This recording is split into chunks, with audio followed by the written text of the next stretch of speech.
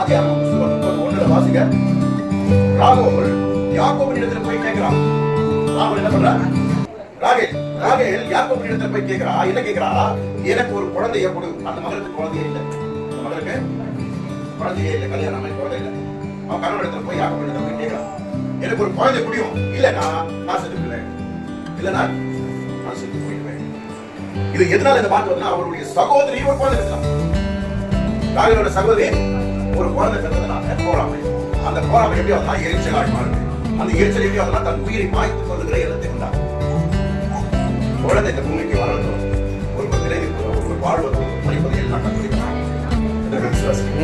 எல்லா கட்டுரையை கற்றுக்கிறான். ஆனால் தன் சகோதரி கட்டுவதியாக மாறிக்கிறாங்க. அவளுடைய ஒரு போராமை வந்து அவன் என்ன சொல்றான்? நீ எனக்கு குழந்தை முடித்ததான் அந்த நியாயமானது கூட இருக்கலாம். ஆனா அது எப்படி வெளிப்படுது? தன் உணர்வோடு சேர்ந்து வெளிப்படுது. அந்த உணர்வு தான் வரக்கூடாது. உன்னிடத்துல ஒன்று இல்லையா, நீ தேவனிடத்தில் கேட்க